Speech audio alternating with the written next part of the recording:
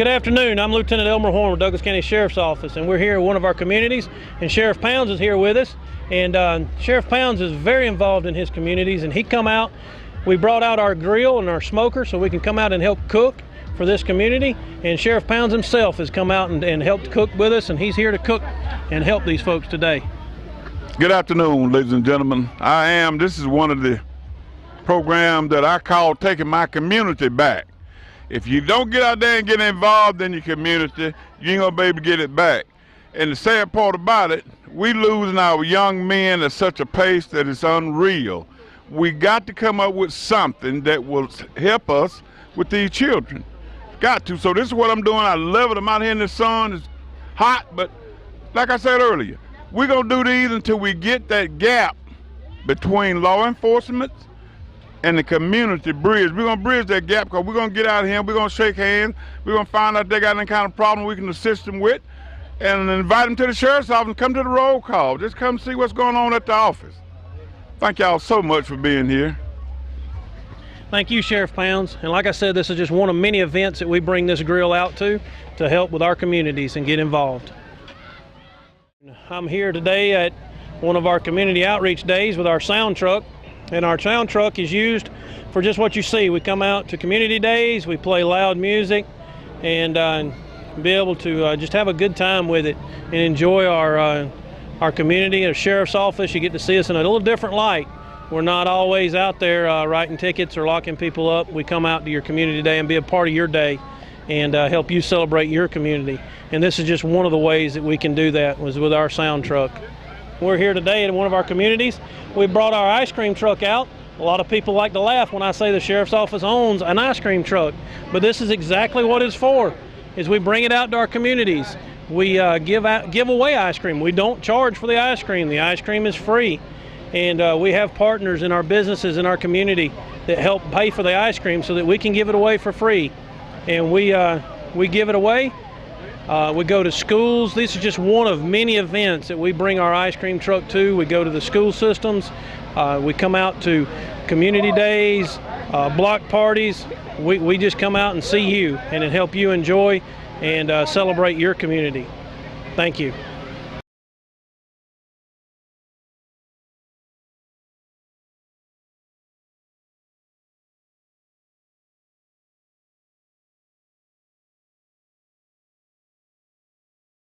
You are tuned in to Talk Show Kings on TV 1061.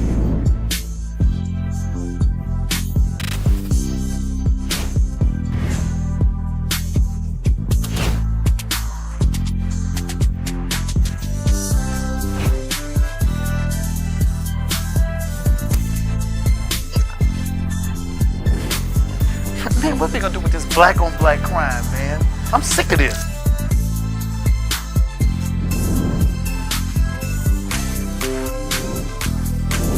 Thank you for watching another edition of Talk Show Kings on TV 1061. We'll be seeing you soon.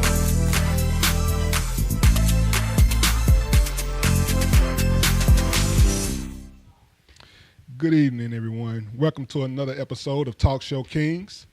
First off, before we get started, I want to give a thank you to our director and producer, Felix Washington, for putting on this show. And also I want to thank the citizens of Douglasville and everyone around the world for allowing us to come into your homes to have this show. Well, a lot of people talk about freedom and what that actually means. So is it owning a business? Is it having a stable 9-to-5? Or what is freedom to you? Now, we're going to dive in some topics today, two topics today that's going to basically shaping the black culture now. But before then, I'm going to go ahead and introduce myself. I'm King Eric, and to my left. You got King Bernard, and to my left. Got King Clem. And together, we are the Talk Show Kings.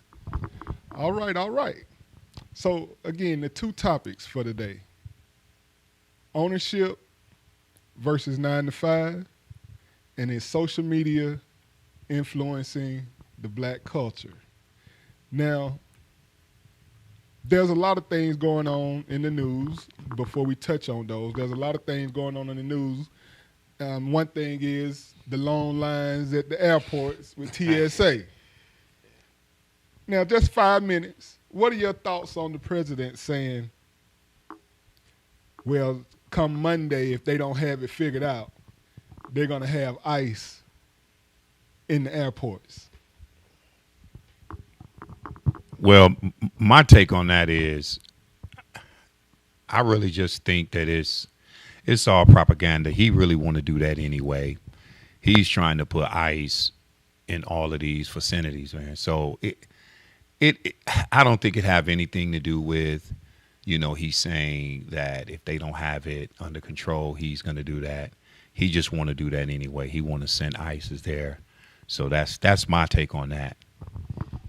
On those that are out there, working TSA, hey, good looking out for being out there. Those that aren't there, that kind of work there, that are standing their ground on not showing up and not going to work because they're standing for what they stand for. Keep doing y'all thing. Keep standing for it. So as far as when it comes down to having other agencies like ICE come out there, and it's just going to show the people that are in lines, those long lines, be with each other, because you already see how it is when it comes down to other agencies doing what police officers or other agencies are doing other agencies' jobs. So be out there for one another, man. Okay, with that, let me ask you this, because there's a lot of blame going around on the reason why the shutdown is still in place.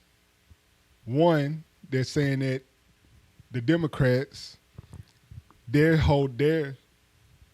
allowing this shutdown to keep going, whereas the Democrats people have said that there's a lot of talks about the Democrats have proposed a way to end it by paying the TSA, go ahead and paying TSA agents, but they still want that funding, want everything to be changed with how Homeland Security and how ICE is regulated.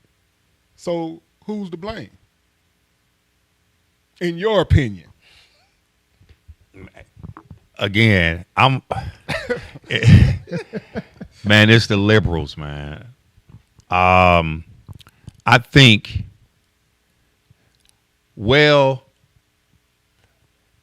I've seen something that had the liberals at fault, but I've seen more with the conservatives. I've seen a little bit more evidence leaning toward them because of what they trying to accomplish. It's a certain thing they trying to accomplish. Both of them have something to do with it. That's in my opinion. Both. They both have something to do with it. So yeah, I would say both. I'm with King Bernard on that one. I was going to go for both, because both parties are just taking the opportunity to say that, well, their idea is better. And when it comes down to saying, okay, well, watch this. Let me show you how my idea is better. Then the other party that doesn't get their idea to go through are going to be the ones that get to say, well, all right, it worked this time, or it's not going to work out and be like, all right, see, I told you so. So I think it's both. King Bernard is right on that one. All right then. Well, I would say it's both, because they both have to align together. They both have to come together to come up with a solution, but it doesn't seem like anybody is giving in. Nobody wants to be the one to break. No one wants to say, well, we'll meet you halfway. And that's what I think the main problem is. No one wants to meet each other. Nobody wants to meet the other party halfway. And because you have people that's out here already struggling as it is, and now you're not paying workers. They sleeping in their cars. They say they were sleeping in their cars because they can't afford gas to get back and forth to work. Yeah, that's devastating. That's horrible. But that's just what we're going through. I hope nobody has to fly anytime soon. Because it don't seem like, because these long lines I've been seeing on the news and on social media, these lines have been crazy at Atlanta airport. I don't know about any other place, but I know at Hartsfield it's ridiculous. And I remember when I used to work there, and I've never seen lines that long. I've seen them long, but not like this. Not like this. Now, but I think that'll be all for our hot topics today, because that is one of the hot topics. That is a hot topic right now, other than just the ongoing war and tension between Iran and Israel and U.S. U.S. Right. So, but let's move on to our first topic: ownership versus employment. What is freedom? So, when you hear the word freedom, what does that mean to you? Okay, well, freedom to me, it means either no bills or less bills, not working and living paycheck to paycheck, as they call it, the so-called American dream. None of us is living it. So, like I said, freedom to me, man, it'll be not worrying, because stress is everything. Not worrying about how can I cover this and take care of that. So if I get to a point where I don't have to worry and I can wake up and say, okay, I know that's taken care of. I know that's taken care of. That's freedom to me. Freedom to myself is having the ability to be able to do whatever it is that I'm wanting to do, without having to worry about anything that's going to hinder me from doing it. That would be what freedom is to me. I understand when it comes down to saying that, you're going to have bills and you're going to have things that are going to be there. But to be able to say that, when it comes down to having free time and to be with family, then, having that time to do that. When it has the ability to say, you know what, I want to get the particular car that I want to get. It doesn't have to be the most expensive one. It doesn't have to be the most luxurious one. It doesn't have to be anything more than what it is that I want. And that's what freedom is to me when it comes down to saying, getting the things that I want to get done without having any worry to say, man, I gotta do a whole bunch of extra to try to get it done. Okay, so basically, we all agree that it's basically time, having control of the things that we're able to do, and basically having enough finances to do what we want to do. Right. Correct. Yeah. So, correct. Yeah, Yes. we can agree with that. Yeah. So, I don't know about you, when I was growing up, I was always taught to go to school, get an education, get a good job. Is that possible to become wealthy off a 9 to 5? Oh, wow. You know what, King Eric, that's a tough one. Okay, I believe at one point in time it was. I think as generations come and go, I think things change, finances change, inflation. So to answer that, wow, is it possible? Okay, how can I say this? It's possible, because anything is possible. So it's possible if you know how to prioritize what's important, what you need to do, what you don't have to do, what you don't need, because a lot of times we get things that we really don't need, so we buy things that we want. Everything is like pretty much on, that's what I want. Okay, but ask yourself, is that what you need? So I think it's possible, but it's a slim chance to work a 9 to 5.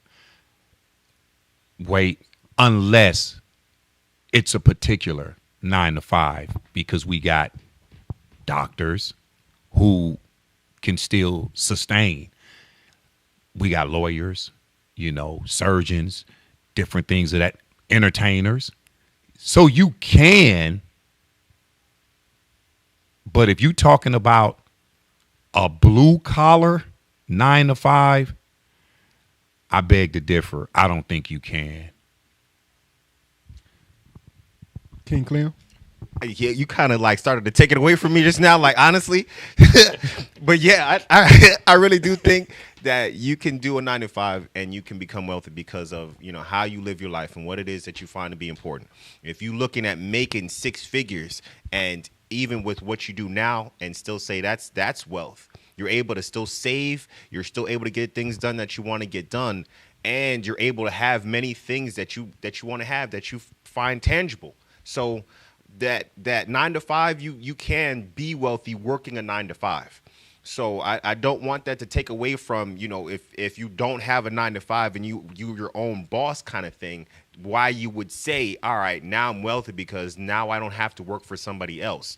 And you're just working for people that are going to come to you for whatever business reasons that they have. But that's part of having a 9 to 5 job anyway, because that's going to be something that's going to end up being, could be Monday through Friday. It could even be working weekends.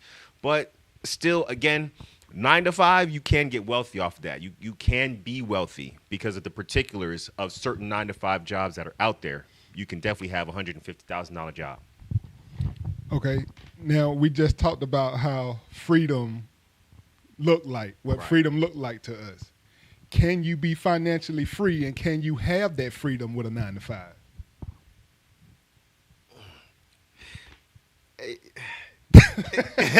It's gonna be one of those. It's gonna be hard because having the time. If you are working, you know, 9 to 5, it's gonna be one of those things that's finding the time to be able to do the thing. Still finding the time to be able to do the things that you want to do. If that is, you know, having building motorcycles, working on your car. Family time that comes down to taking vacations, you know, once a week, you know, something where it doesn't even have to be far, something that it is for yourself. Yeah. However you're trying to do with what your time that you have, it still has that type of freedom because you can still get what you want to get done. But it's kind of hard because you're only able to do it within like 2 days kind of thing. So, you know, depending on what you're doing after work or before work, you know, wealth can get you nannies and stuff like that. So you may be able to do certain things where you still have time, but it's all in how you manage the time that you have. Okay, give me a number of what wealth looks like. It's, Like right now, let's just say a 35-year-old, what would be wealthy to a 35-year-old right now? In 2026? In 2026. in my consideration, $150,000 would be wealthy to a 35-year-old right now, $150,000 a year. Okay. 2026 for a 35-year-old wealth. Okay, that number can fluctuate. And here, you got rich, and then you got wealthy. You got wealthy. I give you that. Yes. Okay. So you got that's two different things. Right. Now, let's go with King Clint. What he said. He said, what number was that? $150,000. Okay, just say we go with $150,000. It can be some truth in that with wealth. It's not much, but I'm gonna show you where I'm going with this. It can be some truth in that if that 150,000 was like residuals coming in constantly, because you can, being rich, that comes and go, but being wealthy is horizontal money, making money while you sleep. It has to constantly come in for it to be considered wealth. But to answer your question, I had to do that with him because I do agree with that. But if you want me to give you a number, 2026, a 35-year-old wealthy, man, you would have to at least be 10 digits. Eight. Let's go with 8. I ain't going to do it like that. Let's go with 8. Let's go with 8 digits. So I'm going to quote Shaq. Shaq said, I'm rich. The guy that pays me is wealthy. It's wealthy. So with that, and I had this discussion at my job with some coworkers, and one of the things they said, one of my coworkers said was, wealth can be only measured by the person who believes they're wealthy or not. Right. That's exactly what it is. So, and I get that, and I understand that, because what may be wealthy to you, Right. Right. Exactly. it may be like, that ain't enough for me. So if you got a 35-year-old that's single, no kids, $150,000, even $150,000 a year for him, that may be the life for him. Right. But if you got a 35-year-old, 3 kids, married, only one working, $150,000 may not go a long way for him. Right. Right. Right. So it all comes down to the person and the person's situation. And now, a lot of people, I don't know, a lot of people are moving on to having side hustles, in which, I mean, I'm sure people was having side hustles back in the day, because I know my granddad was just, he was working, but he still would do other things for other people. Yeah. Back in the day. So back then, wealth and promoting other people's businesses back then looked a lot different than it does now, because in the country where I'm from in Alabama, you could just say, go up the street to Uncle Tom's house or Uncle Jimmy's house and tell him to come down here, see if he can bring his truck down here, and I'll pay him, to move some of this stuff. Right. No problem. Now, they may not, back then they wasn't expected to get paid, but they still paid you for your time. Now, somebody, you could tell somebody, you could ask somebody, I may ask King Bernard, can I use your truck for a couple of hours? They're going to be $150. In which that's fine, because I understand I just need it for an hour. $150. But I get it. I understand it. But just to get back onto the entrepreneurship of it, if you're an entrepreneur making $150,000, that's not what you're bringing in. Right. You may not be bringing that full not. $150,000 in. You're not. You're maybe only bringing, depending on type of work you're doing, you're probably only bringing half of that. Yeah. Right. That's still $75,000. So you look at $75,000 and you got 3 kids. 2 kids for that. Let's just say 2 kids. Right. So all of that, I feel, for me, to just my opinion, all of that takes a factor into what's wealthy to someone. And with that, do you think that social media over-popularizes having business ownership, entrepreneurship? Do you think they over-popularized it? So you're saying the influence on social media, you think are you saying that Basically, sometimes they'll say, what I mean by that is, oh, you need to get this business, or you need to go ahead and start your business because you could get this, and that. Do you think that it's overhyped?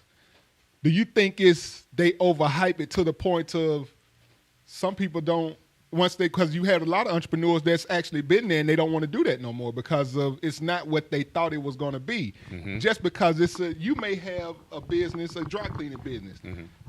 You may do numbers. I may have a dry cleaning business and it's not the same. I may have went the same route you did, but it may not pan out the same way that it did for me, did for you. So do you think entrepreneurship is overhyped on social media? My personal opinion on that, no, because it's okay to spread information to the world on, okay, if I'm doing something, it's okay for me to spread it because I want you to know that, a 9 to 5 is, not the way to go. I want you to know a 9 to 5 is not the way to go. Now go back to what you said about what worked for you may not work for the other person. That's something different because when I'm speaking to you through social media, I'm speaking to you from a point that is working for me. Now, I don't know your situation. If you did something that didn't work for you and you looking at social media like, man, this cat saying such and such, but I don't know that. I don't know. I'm just telling you from my perspective that it works for me. So I don't think that it's, over popularizing what it's saying. I think it's okay to, to have your own, to be in control of your own business. I'm okay with it. Honestly, so having entrepreneurship as one of those things that's going to be outside the 9-to-5, to be able to be your own boss, to be able to have your own business, to be able to start something from the ground up, that's going to take a lot of work. And being able to have those side hustles and things like that, that kind of comes with being an entrepreneur too, because that one source of income may not be enough. So you have to have another business that you have under one of your businesses. And you may have a cleaning business and a cooking business, and you may have other businesses that generate to make the 80,000 or 75,000 or whatever it is, including the other, side hustles that you may have to do. Is why it's being an entrepreneur, because you have many facets for yourself to be able to do this. So being able to have it and say that that's going to be better than the 9-to-5 and be better than working and doing it through social media, because social media is just going to be one of those things that you're going to show, hey, this is how it looks having this. And it's not going to always show you the downsides to it. It's just going to show you the bright side of it. And having it and being able to tell you, hey, I got out of a 9-to-5, putting in the time to be able to say, okay, I'm on social media showing you how to do it. I'm doing this every day.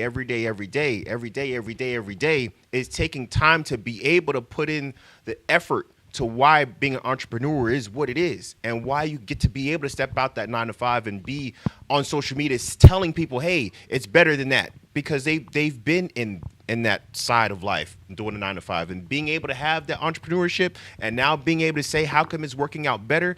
Maybe it's paying out better than what it was to have to work in. You have to clock in, and you can get up at whatever time that you want to get up.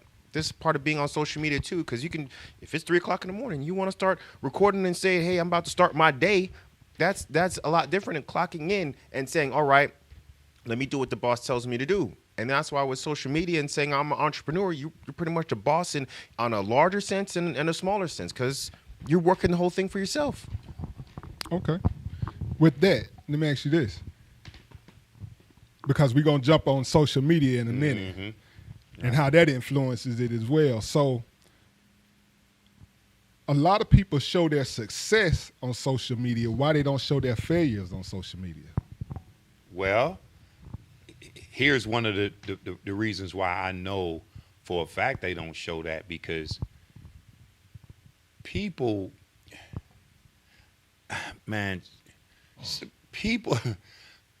are about, like what King Clem said, look at me.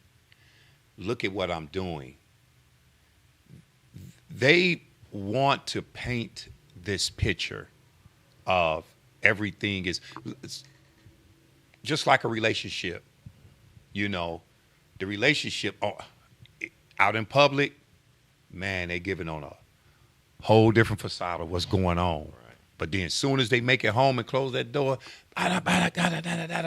so people live in this type of fantasy world where if I show them that something is not going right, then they may look at me different. They may look at me as somewhat I'm doing something wrong, or I'm a failure, or maybe I need to do something else, not knowing that anything you do in life, you have ups and downs. Right. Be okay with that. So be okay with, stop showing me the glitz and glamour. Man, show me some of the trash, say, okay, this is a possibility that this can happen too, because it happened to me. I'm just not going to show you this, but I'm going to be fair. I'm going to show you this, and I'm going to also show you that.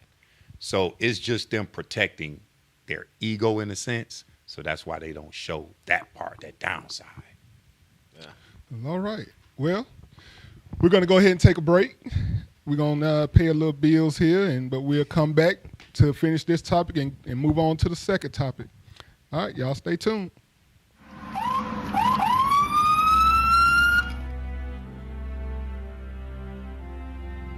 Hi, I'm Chief Gary Sparks with the Douglasville Police Department.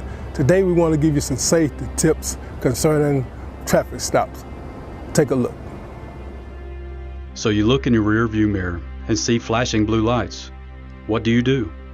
Remain calm. Yield to the right and pull your vehicle over into an off-road area that is safe for both you and the officer. Put your car in park. Remove your foot from the brake and turn the radio off. Remain in your vehicle. Have your driver's license readily available for the officer. Keep your hands on the steering wheel, visible for the officer at all times. If you need to retrieve any items from the interior, explain what you're reaching for to the officer and avoid any sudden movements. Rolling the window down completely establishes a level of trust with the officer and allows for ease of interaction during the routine traffic stop. Be courteous and polite. Be cooperative and willing to follow the officer's instructions. During a routine traffic stop, the officer will return to his vehicle to run the tag and driver's license verification and complete a citation if one is necessary. Once the officer returns and approaches your vehicle, whether or not a citation or warning is issued, please remain calm, courteous, and cooperative. Sign the citation acknowledging you agree to appear in court, and do not dispute the citation with the officer. The officer will give you a court date to explain or defend your infraction. Okay, ma'am. Like I told you, I did clock you at 51 in a 35 mile per hour speed zone. I did issue a citation, okay? This here is going to be your court date. I just need a signature from you stating that you received a copy of this citation, okay? Yes, sir.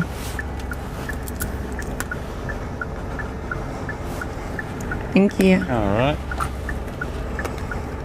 Here's your driver license. Thank you. Along with a copy of the citation, okay? Do you have any questions or concerns for me? No, sir. Okay, well, you have a nice day, okay? Thank you. Thank too. you. Following these few simple steps will help ensure a safe interaction for both you and the officer. I hope these few tips help you as it relates to dealing with law enforcement and traffic stops.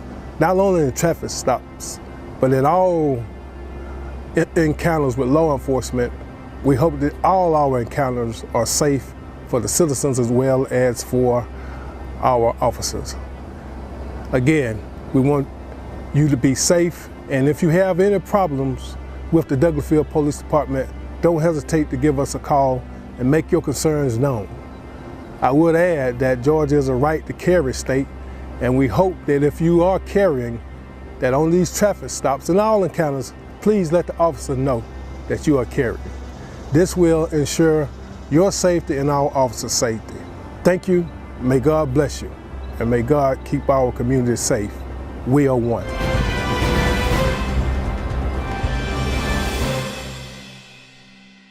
Hi, my name is Lauren, and welcome to TV 1061. Join our network and broadcast your film live across the continent. Come to our studio and film and stream your TV show, sitcom, and showcase and broadcast it worldwide. Combine multimedia with your live stream. Independent filmmakers show your movie and afterwards interview your cast live. Sponsors, advertisers, I'm talking to you. This is your chance for global exposure. These are exciting times that we're in. Traditional TV is but a thing of the past. TV 1061 is on the Roku platform. Roku is an industry leader in internet TV. It has a viewership of 53 million and counting. It is the most popular and fastest growing internet TV platform. If you are interested in developing and showcasing your movie or show, or interested in coming in as a sponsor or advertiser, please send us your contact information with a brief description of your interest to 1061tv@gmail.com. Thank you. You are tuned in to Talk Show Kings on TV 1061.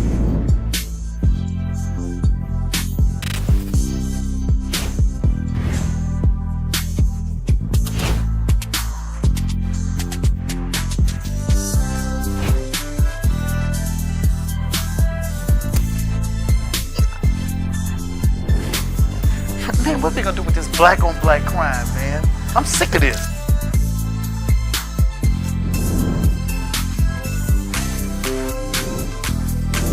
Thank you for watching another edition of Talk Show Kings on TV 1061. We'll be seeing you soon.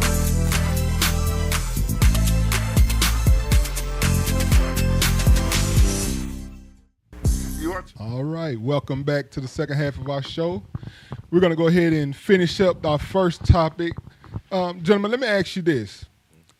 Just to end this, do you feel is a 9-to-5 actually security, or is it a limitation? Well, to me, yeah, it's a limitation. Reason why a 9-to-5 is a limitation, because you working for a company.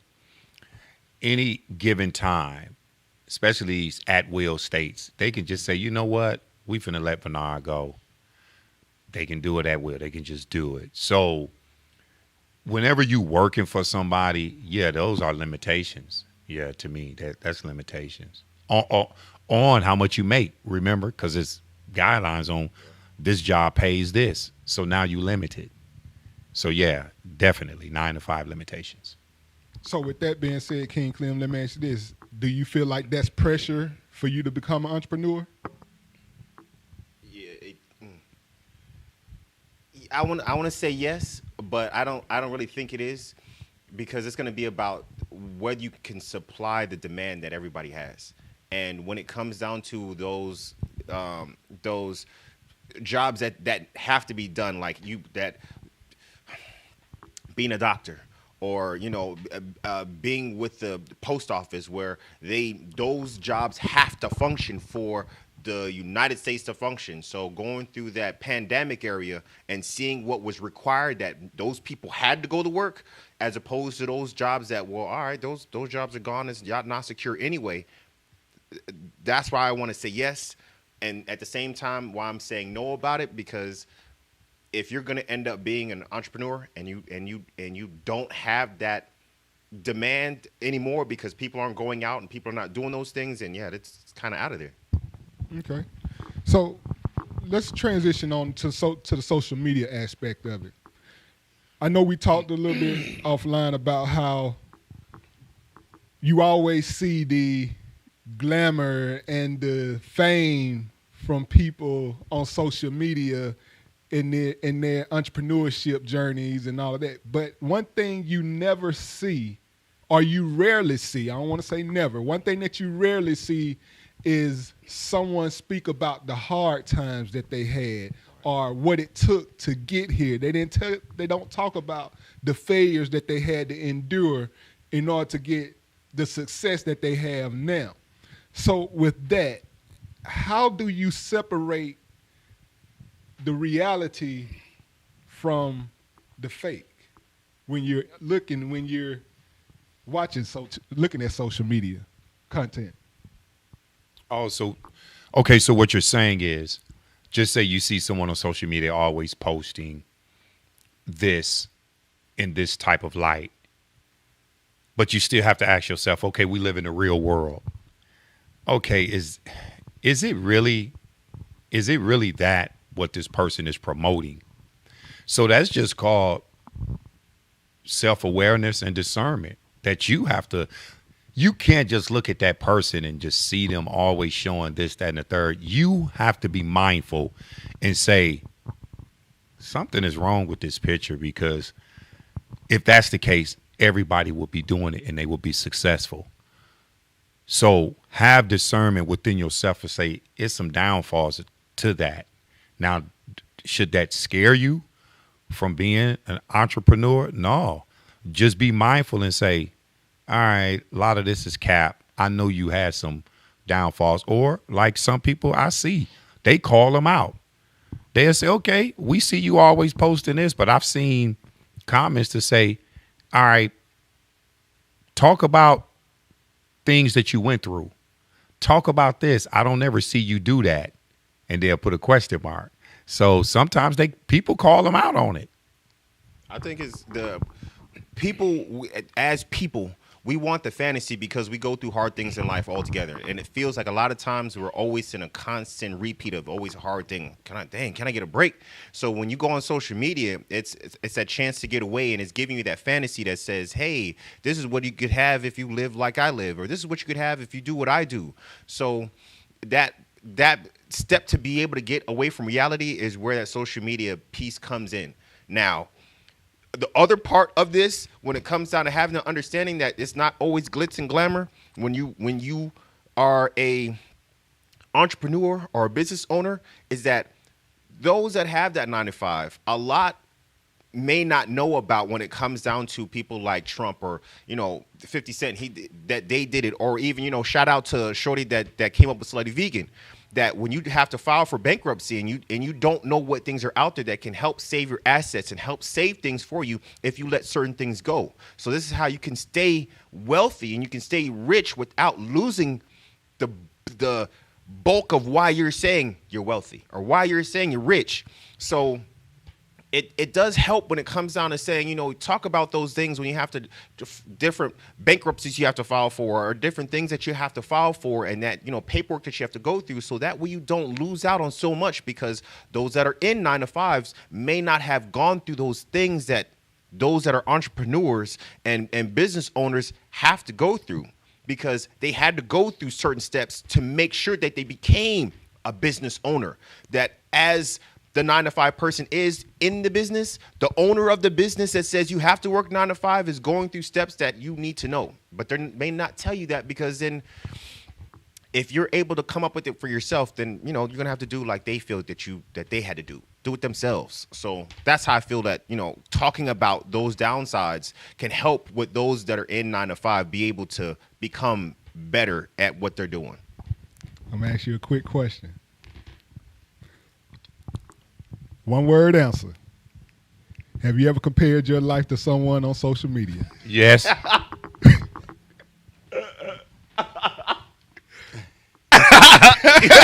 Yeah. Okay. Okay. Look, it happens. Right.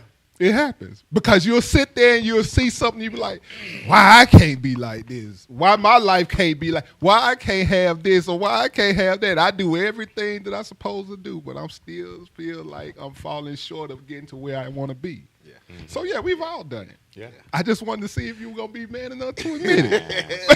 I ain't mad at that. So with that, do you think that it's more important for people, and these are for the ones that doesn't show the failures. Do you think it's more important for them to look successful instead of actually being successful? Yes, because everything is perception. It's how you perceive everything. So I'm not gonna, social media has a terrible influence on everybody. I've seen comments with people that's crazy that we're talking about this topic. People get on there and say, y'all social media, y'all always getting on here stunting and capping and showing this and that. Yeah, so social media has damaged our community. It really has. So it got us believing that these things are going on and this, that, and the third. So I'm not saying social media is terrible all at once, because sometimes you can find family members that you didn't know or you haven't seen in years and find them on social media. But it's also a downside to that. So yeah, social media, it has its ups and downs, but yeah, people, they get on there and they feel that I'm not going to show that part because I want people to see me in this type of light. And that's how we messed up. But I think it's only fair to show both sides. It's okay. It's okay. Everything doesn't go according to where you think. You're going to run into something. And it also will help that person, because that person will say, you know what, I seen a post that this guy named King Clem, he posted something and he said, and I'm doing the same thing, and he went through this situation and he said this is how he got out of it. I'm in that same situation. So I'm going to remember what he did to get out of it and use it for me. So it's helpful if we show both sides. I agree. a ditto. I concur. Like, like he's taking the words right out of me. Like for real. So honestly, like when it comes down to social media, it's about perspective. It's like how you see what you see when you're looking at it, because you always want to be seen in the light that shows you best. You don't always want to be seen in that negative light, even though a lot of times we internalize that negative light as, that's not good, and it's just a place to learn in. That's where you're supposed to learn from, so that when you have the opportunity to teach somebody else how to get out of where you were, that's what you're supposed to do. That's the purpose of even being up here with these guys is about, being able to learn from one another, so that way we know what we're going to do if it comes up. If you have the opportunity to just sit there and say, you know what, let me explain this for like 30 seconds. And then you get to like a video, and you get to, and more of those videos start coming up. And I'm understanding how an algorithm works. So even to understand an algorithm, you can work that same type of process when you're out here in the world and you're walking around, in the stores that you go to, with the foods you buy, with the reasons that you consume something. So how you pay attention and what you pay attention to is why you're here saying, all right, this is what's going to be best for me. Let me show everyone else that wants to look at what I'm doing as a way to do it. So that would be why I'm saying, man, I concur with what King Bernard is saying. And again, this is why we're here, man. So for me, I feel like it's selfish for people to just show one part. And I say that because you have the platform to show, you're using social media as your platform to show what you're doing and show that you made it here. But then you have somebody that's following you, that's looking at you, but you're not giving them the full information. You're not telling them that, hey, when I got to this point right here, I struggled. There you go. I struggled just to get to the halfway part of where I'm at now. And then once I got here, I struggled to actually get to this point.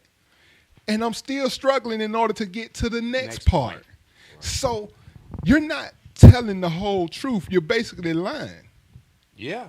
You're deceiving people. You're deceiving. There you go. You're deceiving people, because how can you want somebody to respect you and to follow you and to, even though, you know, your boy Charles Barkley said back in the day, I'm not a role model, but yes, you are. Yeah. You are a role model. You are, yeah, you are. Because you're in the limelight. You're in the public eye, yeah. Everybody sees what you're doing. Yep. No matter how much I can't stand LeBron as being on my team with the Lakers, guess what? At the end of the day, from every interview that he has, man, he is spot on. Spot on. I don't know what goes on in his household, but I've never seen any negative reports about him being out here in these streets. True. Messing around on his wife. Facts. I've never seen any of that. Facts. I just don't like him on my team. That has nothing to do with him as a person. Yeah, it doesn't. Yeah. Right. Nothing to do with him as a person. It has nothing to do with him as a player either. Exactly. Because he can play ball. Yeah. I just don't like him on the Lakers. No offense to that, but I mean, that's just my opinion. Right. Okay. But when you have these so-called content creators / influencers, you are an influencer. So you influence other people. So you are a role model. Show both sides. Don't deceive the public. Don't deceive everybody else that's trying to come up after you and do the things that you're doing. Right. That's the problem that I have. Okay. Because you're going to fail. Yeah. And if you're not letting people know that you're going to fail and that you failed, but you kept moving, that person is going to fail and quit. And quit. Right. And quit. Yep. They're going to fail and they're going to quit. And now that's going to mess with their self-esteem. There you go. So now you got a whole nother problem. That's my only beef that I have with certain influencers and certain social media content creators. Now, with that being said, because I'm not going to keep going on that little rant, because I still want to give my side. Yeah, you got to. Mm-hmm. With that being said, I feel like being an influencer is the way that they're portraying it, the way that they're coming off is like they're just being, an influencer is being successful because they're not showing the downfall of it. They're just being successful. So is it a tool for empowerment or a tool for distraction from what are they using as a tool of empowerment or a tool for distraction of what they actually have going on? The ones that don't show the failing parts, don't show where they actually came from. Are they using it just for empowerment or distracting from what they actually going through? My opinion on that, I think they're using it for empowerment because everything, again, is on perception, how you perceive, how you see me, how I present myself in the light. So it can be for distraction because they're trying to distract you from what they really going through, just like this situation with not getting off the subject, but we still on the topic, just like with Trump. Starting wars and doing all this stuff to distract us from what? Epstein files. So, but back to that, I don't think that they're thinking that far as a distraction. I think, again, it's just perception. They want the likes, the clicks, the traffic. So they're going to always show that successful part. And being an influencer, you have a responsibility because whether you like it or not, and like go back to what you said about Barkley, oh, I ain't a role model. Yes, you is. So whether you like it or not, when you became an influencer, it's people that really look up to you. Now, it's people like us that's sound mind and body. We don't get caught up in that. But everybody don't think on our level. You got people who really follow them as like a cult. You see what I'm saying? So if you know that these people are following you, then you have a responsibility to show them, look, I'm here, but it's a possibility that you're going to go through these things that I did, that I went through to get here. Because back to what you said, I don't want you to get discouraged if it doesn't work. Because the first thing you saying is, well, when I was on King Clem post, he didn't show me nothing. I didn't see that. So I'm not equipped for that. Man, I ain't following him no more and I'm quitting. That's not what you want people to do, because sometimes people don't think on their own. They think from what you give them. Right. It's what you give them. So be mindful of that and say, man, let me show them another side. So yeah, that's my take on it. So yeah. Being an influencer or being someone that on social media that people are going to look up to or follow, that's going to be something that they know for themselves on how they feel and how they think they can motivate you or push you to get you to the results that they have. Mm-hmm. That's why they're doing what they do, and they're saying, hey, do it like this. Now, it's not always the best way when it comes down to, because you're reaching so many people, but not everybody is able to accept the push that you're pushing to be able to get them to do it. And that's why, like you said, I quit, I'm done. And just being able to do something like that, you as long as you know how you're going to be able to get people to move, then yeah, you're going to be the one that people are going to follow. Like, you know, with Charles Barkley not saying, oh, that's not me, and that's what he says to himself. That's how he sees himself. When a lot of influencers may not see themselves as what they are, they're just going to see themselves as themselves. So when it comes to just being, all right, I'm going to be the type of person that's going to make sure that I distract you from not pushing yourself.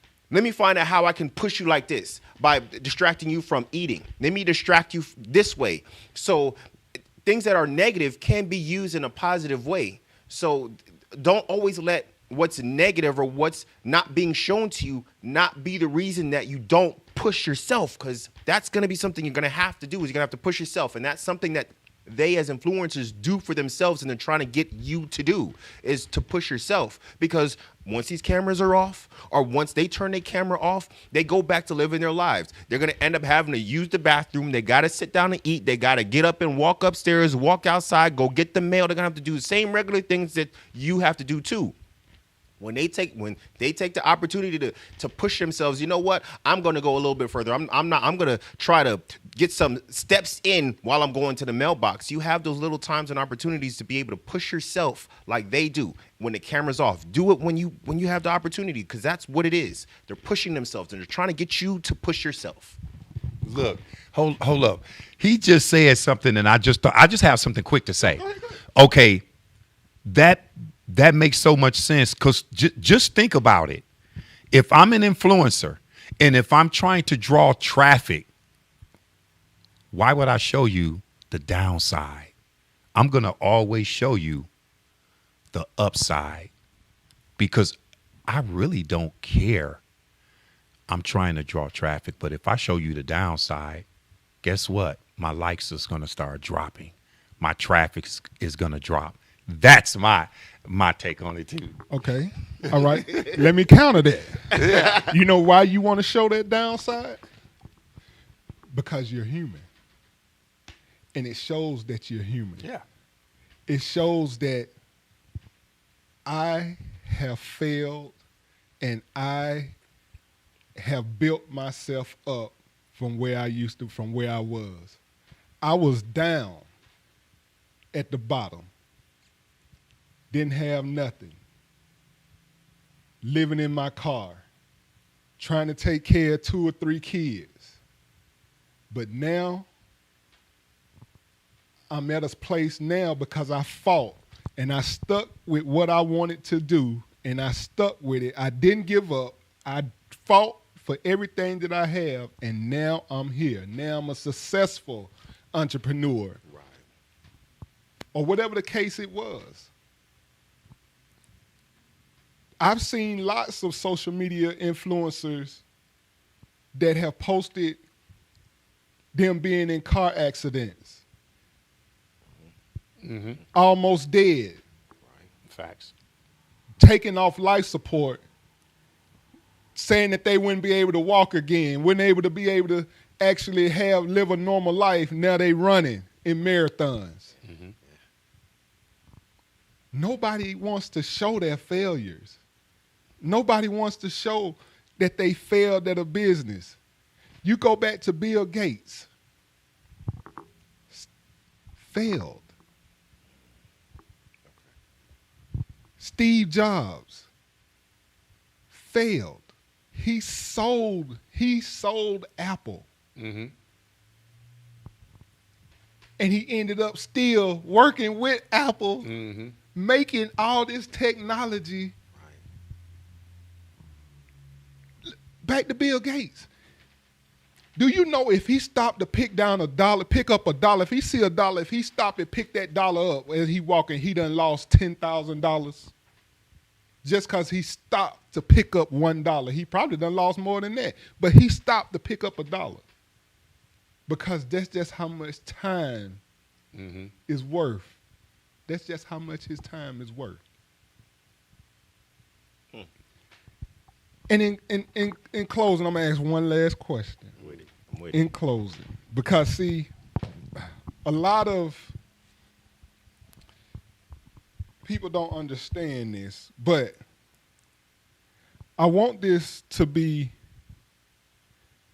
something when you talk about brands and identity and what you're really doing social media for. What's the difference in building a brand and chasing attention?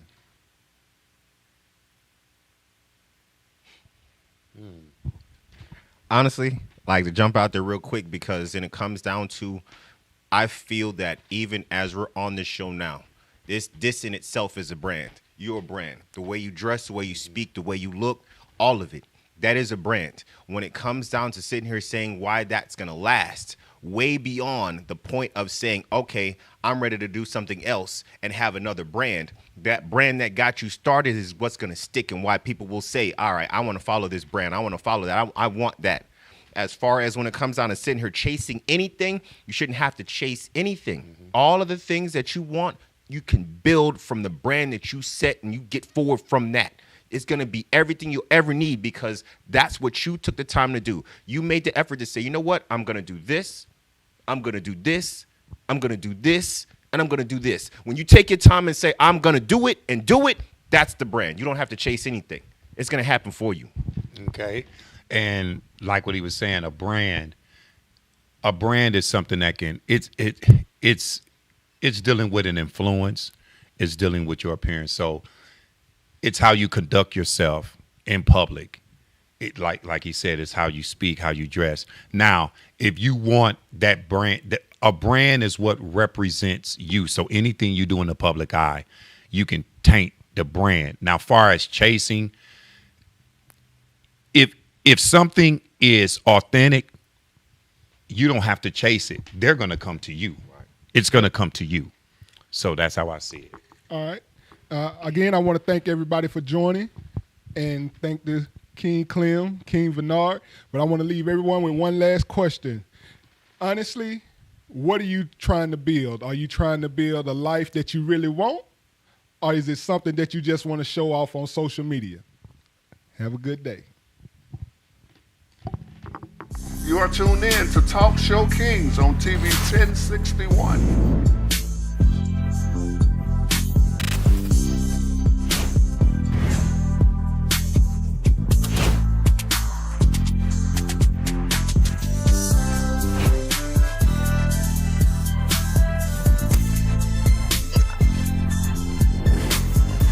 Man, what they gonna do with this black on black crime, man? I'm sick of this.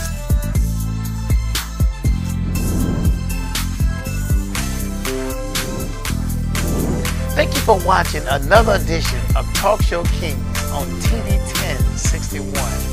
We'll be seeing you soon.